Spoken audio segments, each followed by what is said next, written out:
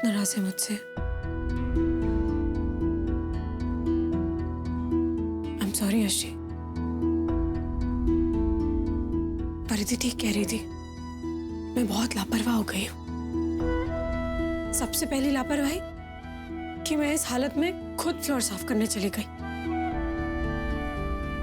दूसरी लापरवाही, जानते हुए कि इस घर में बच्चे हैं, साबुन के पानी की बकेट वहीं छोड़ दी। मैं आगे से ध्यान रखूंगी, लेकिन इस बार मुझे माफ कर दीजिए प्लीज। आप चाहे तो मुझे कोई पनिशमेंट भी दे दीजिए, लेकिन बात तो कहिए ना यश जी। तो आप ही बताइए आरती जी, आपकी इस गलती के लिए मैं आपको क्या पनिशमेंट दूं? कुछ भी।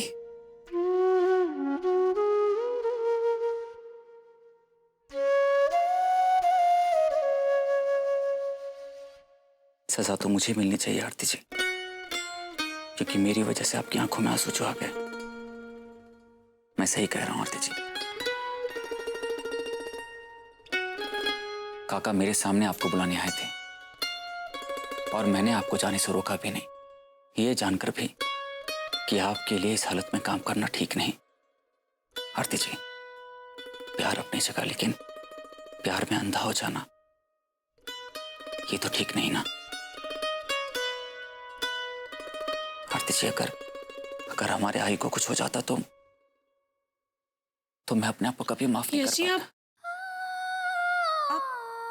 आप मेरी गलतियों को अपने सर क्यों ले रहे हैं? जो कुछ भी हुआ या जो कुछ भी हो सकता था, उसकी जिम्मेदार मैं हूं। नहीं आरती जी, जिम्मेदार मैं हूं। नहीं यश जी, गलती मेरी थी, आपकी नहीं। नहीं आरती जी, गलती आपकी नहीं, गलती मैंने बोला ना यश जी, मेरी लापरवाही थी। नहीं आरती जी, लापरवाही तो मेरी थी। बस यश जी, इसके आगे आप बिल्कुल नहीं कहेंगे। गलती मेरी थी तो मेरी थी, आप मेरी गलतियों को ऐसे नजरअंदाज नहीं कर सकते। हाँ ठीक है आरती जी, गलती आपकी थी, लेकिन आपने जो भी किया वो जानबूझ के तो नहीं किया ना। इसलिए आरती जी, आप अपने आप को ब्लेम मत दीजिए। Okay okay okay. अब एक काम कीजिए, अपना हाथ दीजिए।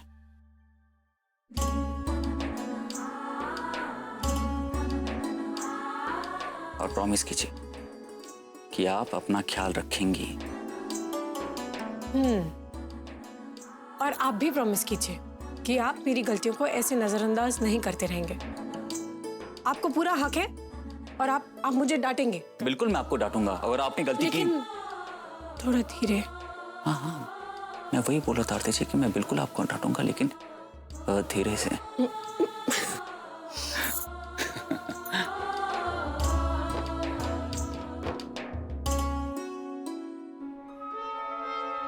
प्यार सच में अंधा होता है।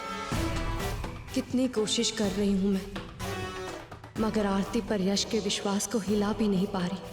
तो तोड़ना तो दूर की बात है, और ये आने वाला बच्चा इस प्यार को और भी मजबूत कर देगा, जो मैं नहीं चाहती हूं। नहीं इशिता, तुम हार नहीं मान सकती हो, कभी नहीं। और अपने इस विश्वामित्र की तपस्या भंग करने के लिए अगर मुझे मेनका भी बनना पड़े तो तैयार हूं मैं।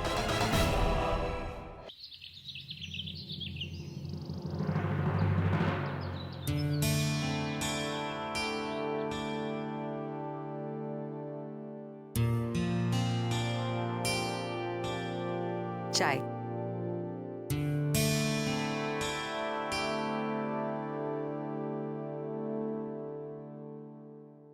क्या हुआ? अखबार पढ़ने का मन ही नहीं करता राधा। रोज की रोज वही खबरें जिनको पढ़कर मन दुखता है। गुस्सा आता है हम लोग कैसे समाज में रह रहे हैं। इंसानियत तो खत्म ही हो गई है जैसे। लोग इतने स्वार्थी और बेरहम हो गए हैं कि जरा से लालच के लिए अपनों का ही खून बहाने से नहीं हिचकते। ये पाप और पुण्य का सिलसिला तो चलता ही रहेगा। आप इतना दुखी क्यों होते हैं? अच्छा नहीं है सेहत के लिए। अरे हाँ, आप तो रोज सुबह सैर के लिए जाते थे ना, तो फिर छोड़ क्यों दिया? ताजी हवा से मन भी अच्छा रहता है और सेहत भी। अब कल से रोज सुबह आप सैर करने जाएंगे, ठीक है? ये दुनिया की हर पत्नी को अपने पति पर हुक्म चलाने में क्या मजा आता है, ये आज तक तो कोई नहीं समझ पाया और आगे भी कोई समझ नहीं पाएगा मेरे ख्याल से। तो कोशिश ही क्यों करते हैं समझने की? और वैसे भी इसे हुक्म चलाना नहीं कहते, पति की परवाह होती है पत्नी को। अब चिंता करने में और रोक टोक करने में अंतर होता है, लेकिन ना जाने क्यों इस बात की समझ पतियों में क्यों नहीं होती। भाभी कितना अच्छा लग रहा है ना इतने टाइम बाद बाबूजी को खुश देखते हुए।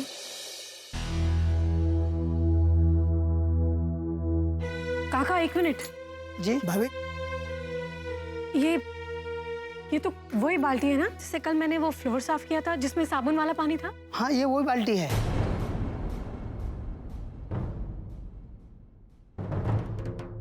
पर ये तो बिल्कुल ठीक ठाक लग रही है, इसमें तो कहीं कोई लीकेज नहीं है। फिर फ्लोर पे वो साबुन वाला पानी गिरा कैसे? मुझे तो विदिका बिटिया ने बुलाया था, मैं चला गया था, मुझे इस बारे में कोई जानकारी नहीं है। भाभी हो सकता है पानी बच्चों से गिर गया हो, वो यहीं तो खेल रहे थे। नहीं परिधि, मुझे बहुत अच्छे से याद है, ये बच्चे वहां पुल के ऊपर लड़ रहे थे। इन्हीं लोगों को मनाने के लिए मैं खुद वहां चल के गई। मैंने बाल्टी यहीं रख दी थी, तब तक फ्लोर पे बिल्कुल पानी नहीं था, और जब मैं वापस आई तो पूरा पानी फ्लोर पे गिरा था। नहीं, अगर आरती को पता चल गया कि वो काम मेरा था, मैंने जानबूझ के उसे गिराने की कोशिश की थी, तो मेरे अब तक के सारे किए कराए पे पानी फिर जाएगा।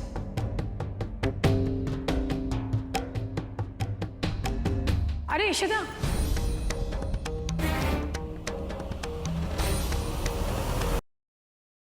अरे इशिता, हाँ आरती, सुनो ना। क्या हुआ? इशिता, कल जब वहां पे पानी गिरा था तो तुम यहीं थी ना? तुम्हें पता है वो नहीं नहीं आरती, उस वक्त तो मैं बाहर जा रही थी, वो सब्जियां लानी थी ना बाजार से। लेकिन तुम मुझसे ये सब कुछ क्यों पूछ रही हो? कहीं तुम्हें ये तो नहीं लग रहा कि ये सब कुछ मैंने किया है? नहीं नहीं इशिता, ऐसी कोई बात नहीं है। मैं तो तुमसे इसलिए पूछ रही हूँ क्योंकि कल मैंने तुम्हें वहां देखा था, तो मैंने सोचा शायद तुम्हें पता हो। लेकिन एक मिनट, तुम तो परसों ही बाजार से सब्जियां ले आई थी, और कल मैंने किचन में कोई ताजी सब्जी नहीं देखी। फिर मम्मा, अब हमारे लिए हलवा बनाने वाली थी ना? हाँ, अभी बनाती हूँ। कोई बात नहीं बच्चों, मामा की जगह हलवा मैं बना दूंगी आपके लिए। नहीं, मम्मा बनाएगी हलवा। मम्मा के हाथ का बहुत टेस्टी होता है। अच्छा अच्छा ठीक है, ढेर सारा हलवा, ढेर सारी किशमिश के साथ। ओके? ये हलवा हलवा हलवा। बहुत अच्छे आरती बहू, अब इन बच्चों को तुम्हारे अलावा और कोई चाहिए ही नहीं। अभी तो ठीक है, लेकिन जब एक नन्हा सा मेहमान आएगा तब तुम्हें पता चलेगा कि एक साथ 4 बच्चों को पालना कितना मुश्किल होता है। कोई प्रॉब्लम नहीं होगी माँ, आप हैं, इशिता है, परिधि है, विधि भाभी है, सब ख्याल रख लेंगे, सब मैनेज हो जाएगा, कोई टेंशन की बात नहीं। ठीक है, बच्चों की टेंशन मत लो, लेकिन तुम्हें अपने लिए तो टेंशन लेनी पड़ेगी, क्योंकि तुम्हें अभी दूध पीना पड़ेगा जो किचन में तुम्हारे लिए बन रहा है। मैं अभी लेकर आई। माँ जी, आरती के लिए दूध मैं ले आती हूँ। हाँ ठीक है, ले आओ। चलो आओ।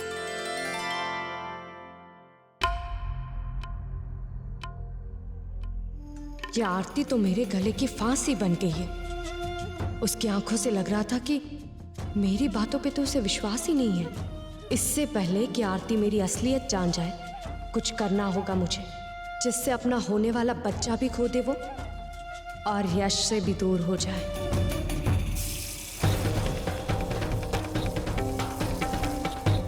मेरी हर परेशानियों को दूर करने का तरीका आखिर मिल ही गया मुझे।